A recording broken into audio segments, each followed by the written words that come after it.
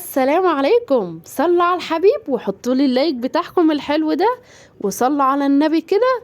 وتعالوا نشوف هنعمل القطايف التحفة الجميلة دي ازاي. اوعدكم من اول ما تشوفوا الطريقة دي مش هتجيبوها من بره تاني.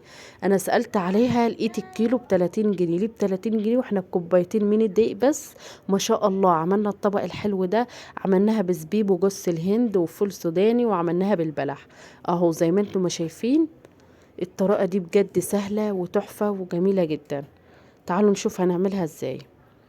هنا بقى بصراحة قلت اجرب في كوباية من الدقيق بس، لو طلعت حلوة اعمل كوباية تاني، وفعلا طلعت حلوة عملت كوباية تاني. هنا معانا كوباية من الدقيق، ومعانا معلقة صغيرة ممسوحة من الخميرة، ومعلقة صغيرة ممسوحة برضو من السكر، ورشة من الملح.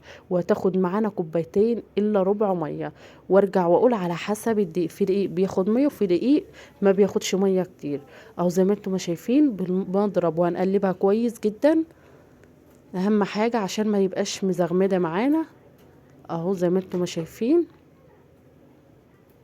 هنقلبها كويس جدا وهنصفيها بالمصفى وهنحطها في طبق زي ده كده. هنصفيها عشان ما يبقاش فيها اي تكتلات، ونغطيها بالورق ده وهنسيبها 25 دقيقة بس. 25 دقيقة وهنشتغل فيها تاني. اهو زي ما انتم شايفين، اي حاجة بقى تكون براد او ببوز زي ده كده.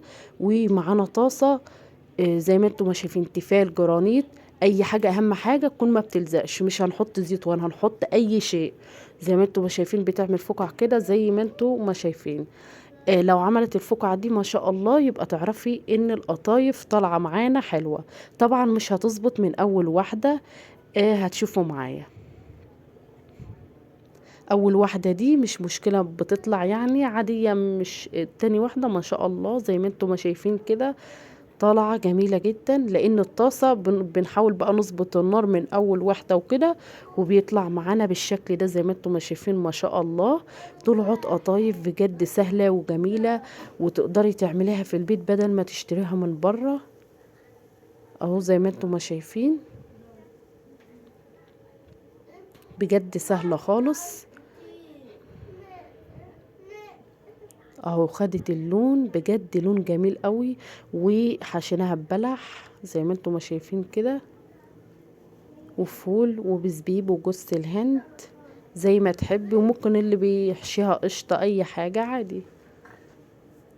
لو وصلتوا لحد هنا بقى اعملوا تعليق حلو وصلوا على النبي كده.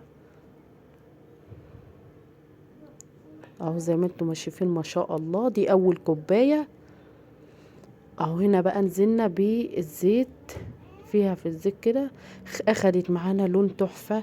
معانا الشربات كوبايتين سكر وكوباية مية. ما بيكونش تخين قوي الشربات بتاعنا. كوبايتين سكر وكوباية من المية اهو زي ما انتم ما شايفين.